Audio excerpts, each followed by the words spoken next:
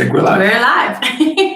Hi, everyone. We're starting a little bit early just to test. This is our first time on YouTube Live, so welcome. We are from Expat Launcher. My name is Tammy. My name is Janis. And we assist expats looking to move to Germany. We have several questions that come into us from clients, from our Facebook group, and we would like to answer them. If you have questions, you can put them in the comments and we will answer them today. So let's get started.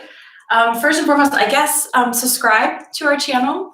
We are putting out videos every Wednesday. So stay tuned for new videos about health insurance, visa preparation, expat life in Germany, everything you need as an expat when you come to Germany, are already in Germany, or thinking about it. Okay, so let's get started. We'll get into first question, I guess.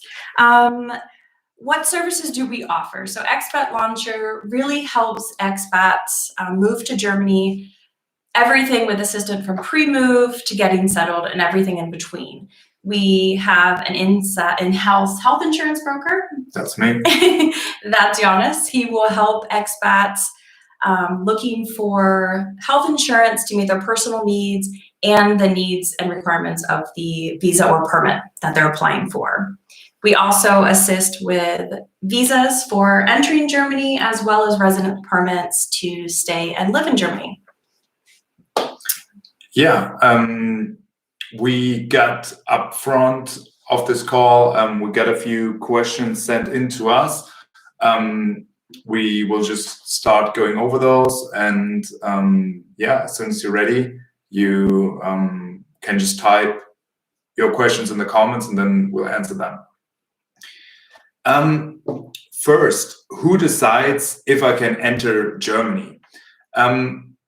The ultimate decision will be made by the Bundespolizei, that's German customs, at the airport when you arrive. Right now, things are a little bit different, like everywhere in the world because of Corona. So you might not be able to get into Germany as you would under normal circumstances. I think the big thing to know too is we can put links below so you can check to see who can enter, which countries are allowed to enter. The biggest thing is ultimately it's a decision of the federal police, the Bundespolizei at the airport. So please note that's a huge thing we get asked a lot, is who determines if I can enter or not. There are restrictions, there are websites that you can go to that we will link, but at the ultimate decision would be the federal police at the airport. Okay. There are some new changes before entering, such as registering. So there is a website we will link that you have to register and have a confirmation so you can present to your travel provider as well as upon entry into Germany. Okay. Also, quarantine. You will have, depending on your state in Germany that you actually will go to, but in most states right now, 10 days of quarantine that you have to do when you come from a high-risk area, which is most of the world at the moment. Correct. And also regulations, pretty much similar throughout Germany, but check your local state regulations in regards to quarantine, the tests that you may need to do within 48 hours of arriving. So that would be the most important part, I think, is before you arrive and then once you arrive, what to do regarding Corona and restrictions. Okay, if you have questions, you can type them in the comments and we'll answer them during this call. Okay, cool. Another question that we get is regarding the unmarried partner and who can enter on that and how. Do you want me to take that or you want to go? Yeah, take it. Okay, so with unmarried partner, there are requirements for that. It can't just be a friend signing for you. It has to be a partnership that's been long-term relationship that can be proved. Again, we will link the website below that has a description of what you need. Most importantly is there's a declaration that the person living in Germany will have to fill out for you, an invitation, and then proof that you are in a relationship. They have changed that a few months ago in regards to just proving that you've met at least once. Germany, your home country, wherever it may be. So that I think has helped a lot of people in regards to entering, but you still have to prove that you are in a relationship. And how do you prove that? Okay, well, let's see. Pictures. Please don't flood the customs agents with your whole social media page, but you can prove passport stamp stating that you've been in Germany meeting that person, travel tickets, documents, flight itineraries, laundry list of stuff, pictures if I didn't mention that already, but without the invitation, the declaration, those two are the most important to show upon entry. Yeah, you can also show passport stamps, the proof that you've been in the same country together. So if you have someone, a significant other in Germany, and you have a passport stamp that proves you've been visiting them before, now you can come again. You're correct. Okay, so another question that comes in quite frequently actually is health insurance. What is the difference between private and public health insurance?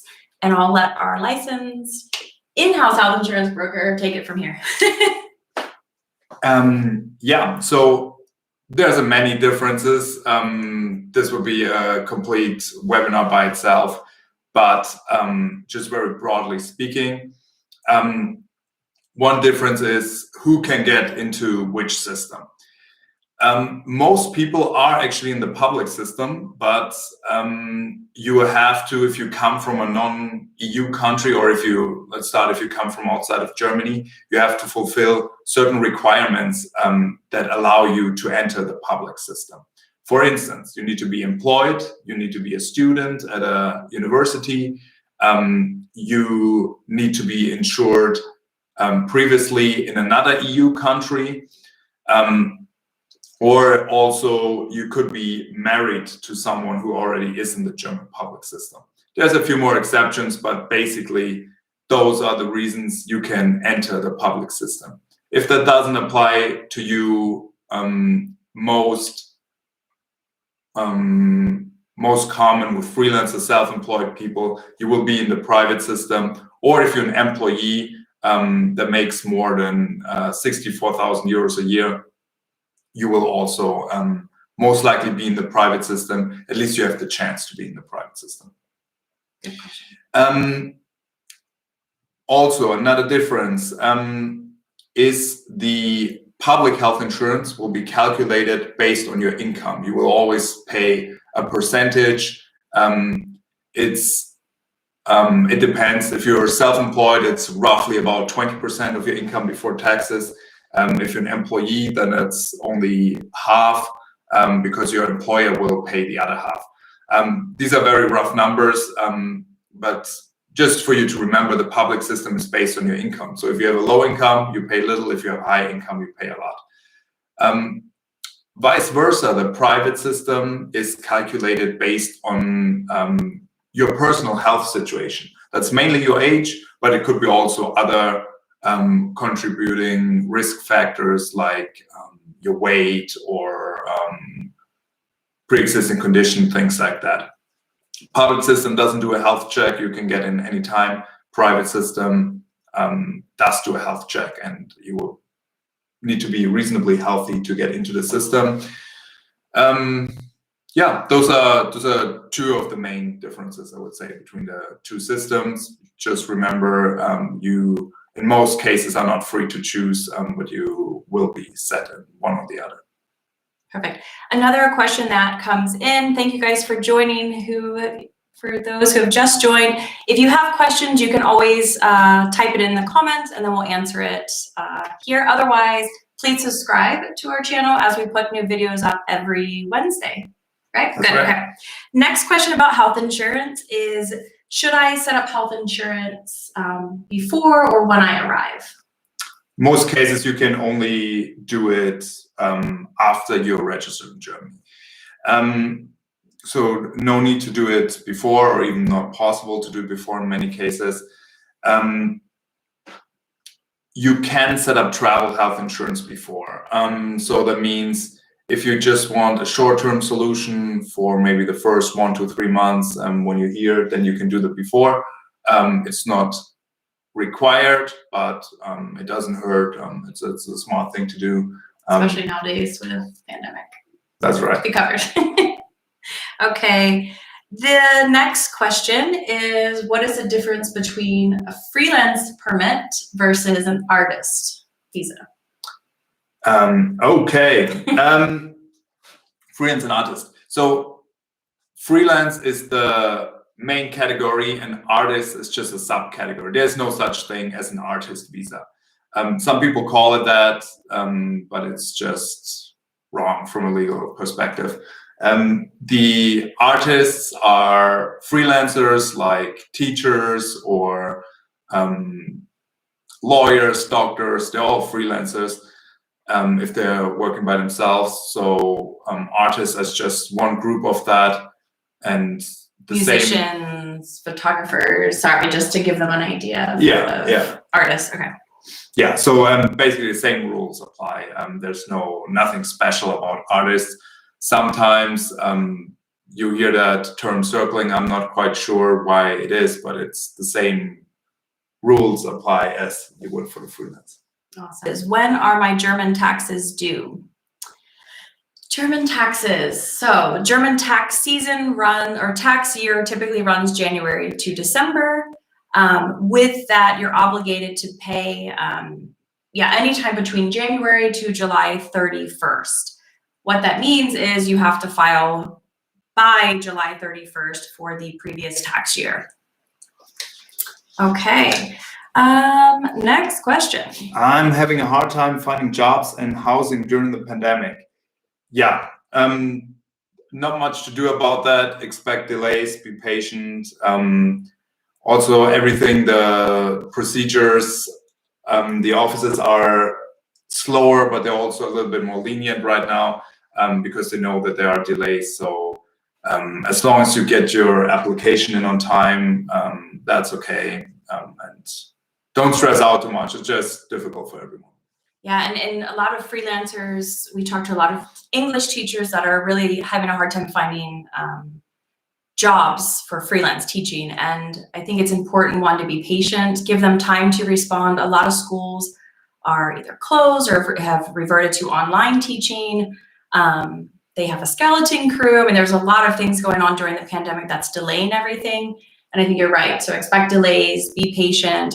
Finding jobs anywhere is almost like a full-time job, right? To dedicate to it. So I think, making a list of the schools if you're looking for freelance, where you've applied and when, and following up appropriately, that's going to be the best thing. But you can find jobs. It just is a little bit more challenging in time right now. Okay, a question that came in. Hi. So freelancing. Hi, Rodona Benjamin. And the second question. Hi guys, I'm hoping to. Clearly we can't see. I thought you would be reading it. I'm hoping to go over as a tutor teacher. Normally, I make and sell artwork as a side hustle. Would that be legal? It's possible. So the freelance permit, which you would get as a teacher, will be restricted to that title. So it will say something like freelance work only allowed as a language teacher. So that being said, that wouldn't include artwork. That has nothing to do with that. To make it legal, you would have to include it in your application, and then you could get the permit for 2 different job titles, for instance, teacher and artist, and then the artist would include, you would have to be a little bit more specific what artwork that is, but let's just take the example of paintings. Then you would be allowed to do that as a as a side hustle, like you put it. Just you have to make sure that it's part of the job title that you have. Yeah, great question. And that leads into another one is, so can I do other types of jobs as a freelancer? As what you basically said, it's the titles that you have on your permit. So you have a law code, and then within that law code, you have a title of what you can do. So at the time of application, preparing is when you need to present that information that you want to do, so the agents can approve it. Once it's on your permit, then you'll be able to do those jobs. If it's not, then, well, shouldn't be done. Nicest way to put it. Okay, so how much money do I need to bring or have with me? Great question. We say, 5,000 euros. There's no magic number, right? Unfortunately, for freelancers, we're talking specifically for freelancers right now, there's no set magic number that every agent, every law book shows. So what we found over the years of doing this is a good safe number is around 5,000 euros. Keep in mind that it is euros for one, but keep in mind that it's really important when you come here that you have to know the startup cost for yourself in regards to deposits and whatever else you need to get started to live here. So showing the foreigner's office, you want to have around 5,000 euros. If it's between 3,000 and 5,000, you're still in a okay area. And then anything more than that is good to show. Okay. What can be done prior to moving to prepare? Most of the things you need to do will be done in Germany.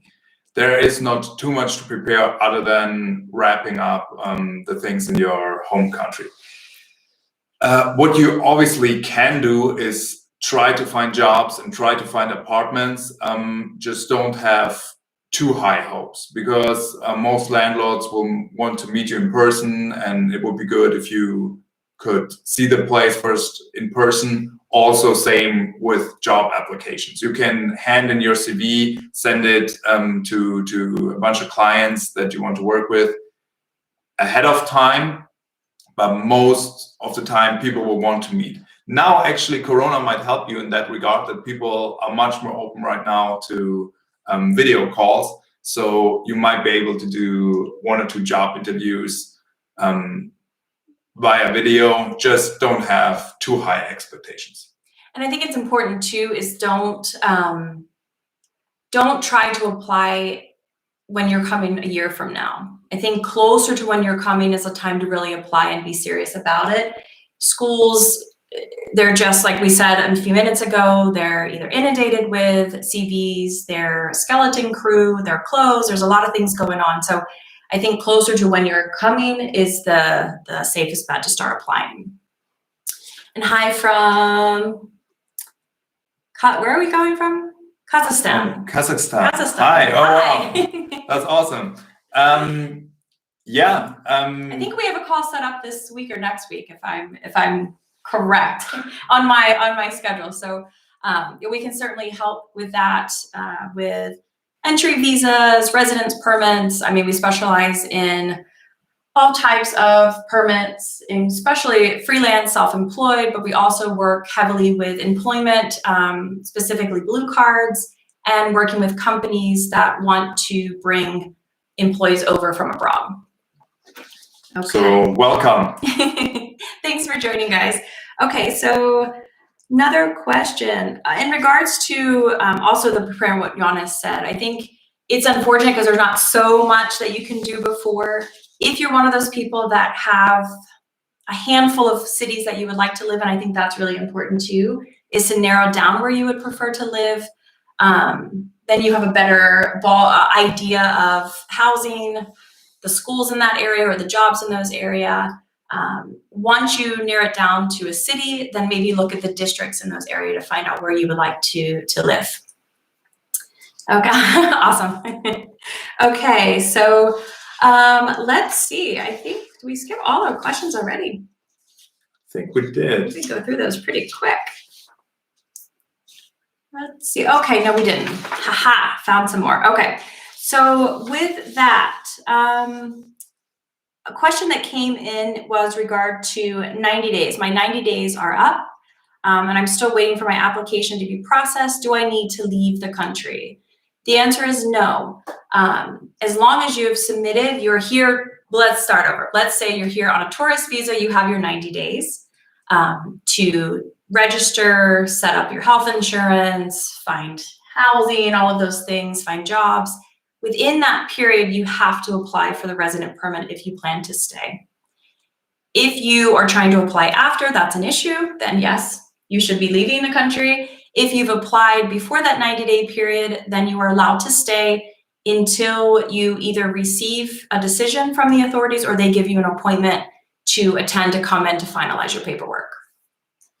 If you leave, then you will have a hard time re-entering.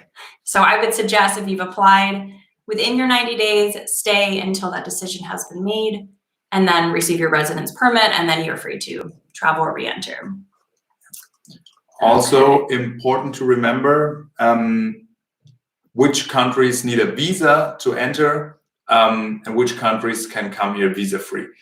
A common misconception, a lot of people call their residence permit a visa. There's two different types of titles, residence titles that you can get when you come to Germany. One is the visa, and the visa is a document that just allows you to enter. Then, once you're in Germany and you want to stay longer, you will get a residence permit. The difference is the visa allows you to enter, the permit allows you to stay after that. There are some countries that don't need a visa in that sense, they only need the residence permit. Everyone needs a residence permit unless you're an EU citizen. Then there are the so-called 7 friends, which are United States, Canada, Israel, New Zealand, Australia, South Korea, and Japan, and the UK now. And the UK now, yes, it's 8 now. Actually, no, the 8 friends that can enter without the visa and that are allowed to apply for a residence permit in Germany without having first to go through the German embassy in their home country. All other nations who are not EU nationals need to go through their embassy, the German embassy in their home country, to get a visa first and then switch that visa to a residence permit later in Germany. So there are 2 different processes depending on your nationality. Good. Okay, question that came in regards to private teaching, tutoring, meeting in person during Corona times. What type of regulations do we need to take into account? Is it even legal right now? So depending on where you're living, that's first and foremost to check. We're based in Hamburg. You can meet with another person. You should do all tutoring at this point online, just safety, right? There are a lot of areas and states that you can meet, specifically in Hamburg right now. You can meet with one other household, one person. You could do that if you wanted to. You can meet, but the idea is needed to meet. And if that's a necessity where you can't do it online, yes, you can, as long as you're following those regulations. And within that person's home, using precaution, right? Mask, distance, things like that. But I would definitely check your state and local regulations first. If you can't do it online and the person wants to meet in person, then make sure that you can meet at least one other person in their household. Good question. Let's see what else came in. Facebook. Okay, so I heard the question came in. I heard in a Facebook group or a blog, can't remember, that I don't need to show letters of intent or a work contract to get a work permit. Okay. Unfortunately, that's not accurate. Unfortunately.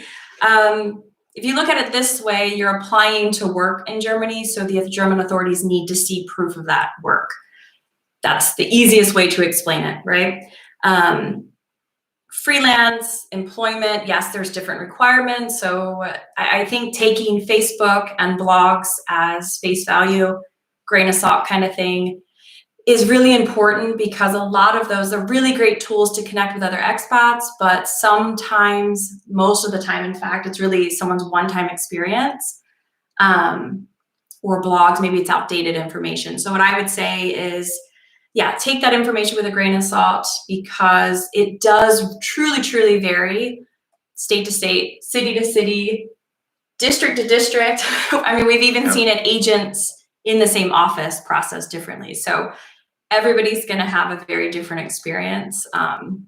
So that brings to a good point of knowing where you're moving and the district where you're living and that office that's responsible for you. Another thing is where you live and you register your address is where you have to apply for your resident permit. Unfortunately, a lot of people want to go to cities like Berlin, Munich, where you can, in pre-corona times, have a smoother process, but you have to apply in the city where you're registered. Once you have your permit, then you can move, right? You can move to any city throughout Germany. When you go to renew, then you would renew in your new city. Okay, another question. Does this package give me any sort of priority for job offers? I'm assuming the package you're meaning is our visa service. It gives you, what we provide is pretty much everything for you except getting you the job, right? We will help you with your CV. We will give you school listings. We will help you with looking at their contracts, the pay rates versus the city, things like that. We have a list of schools that are hiring, but we can't get you the job. At the end of the day, you will have to do the interview, set up the job, and get hired. Good question. Okay, I think that's all really on our list. If you guys have any other questions, you can certainly put it in the message below. We have a few more minutes. I think important to just remind everybody, if you could please subscribe, because we are starting the YouTube videos every week, so that would be really helpful. You post them every Wednesday, is that correct? Okay. So we are building that. We have a great housing tutorial on there that gives you kind of step-by-step videos. We'll be posting a lot of things in regards to moving to Germany and all that fun stuff. Okay. Good. Yeah. Okay. So I think, if on top of that you would like to get in touch with us, check out our homepage, expertlauncher.com, or email us at info@expertlauncher.com, and we'll be happy to set up a free consultation call to just meet each other and see how we can help you with the visa process.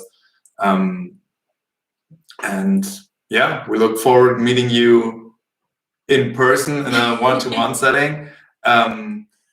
Another question just came in. Could travel restrictions related to the COVID-19 pandemic affect my ability to get a visa and travel to Germany? Yes. Short answer, yes. I jumped ahead. Yeah. No, I was going to say, yes, it will, depending on, I mean, you and I will have a conversation tomorrow in regards to that, but a lot of German embassies, depending on the type of permits, have limited their applications. So we would have to look at your local embassy to see if they're accepting applications for freelance or whatever type of permit that you're looking for. And then, go from there. Running times for visas. Yeah, and the running times for visas right now are longer. So before that, if you had a well-prepared packet in some cities, you could get a same-day approval, like Berlin and Munich. Right now, that rarely happens. So I think, what would you say? It's hard to say because it's so different city by city. You've seen 2 months, where cities, I would say 2 months best case scenario right now. Worst case, 6 months, 9 months. I mean, we're seeing cities that normally process in 3 to 6 months take 9 months. We're seeing cities that process same day take 2 months. It varies. Embassies, we're seeing they're the same thing. If they're accepting applications, they're taking much longer now. So I think everything overall is delayed. If you know that going in, then you're expecting that. But we've seen it, even like you said in Berlin, where it's same day, they're taking longer to process. Everything is backlogged. I mean, you have to remember, we're all still in lockdown, a very strict lockdown, but when this all started last year, things closed for several months. Some offices shut down completely. So yeah, I mean, everything's still backlogged from that. And another question. One more question before we head off. Will my visa allow me to travel to other EU countries? In theory, yes. to other Schengen area countries, it will allow that. However, right now the situation with Corona is difficult and hard to predict. So some countries shut down their borders completely, where you can't get in no matter the permit. So the short general answer is, in general, yes, and you have to still consider Corona restrictions. Okay, we'll take this question and then we'll begin to wrap up here. Can I get a visa for my spouse and kids as well for entry embassies? Yes, you can. The most important part for that is, if they come under you as a dependent, you need to show enough income that you will be able to sustain not only yourself, but also the spouse and child. So that's the main difference. Correct. Awesome, guys. Okay, guys. A lot of questions. Thank you so much for participating, joining us, all your comments. Thank you. To everyone that left comments, and like Jana said before, please go to our homepage, expatlauncher.com. If you haven't set up a consultation, there's a way to connect with us through health insurance consultation with Giannis, or general inquiries. You can set up that as well. And then we'll see you guys. Our next live call is February 24th. And then from there, March on, we'll be doing them monthly on YouTube. So subscribe and we'll see you soon. See you the next time. Bye, guys. Bye, guys.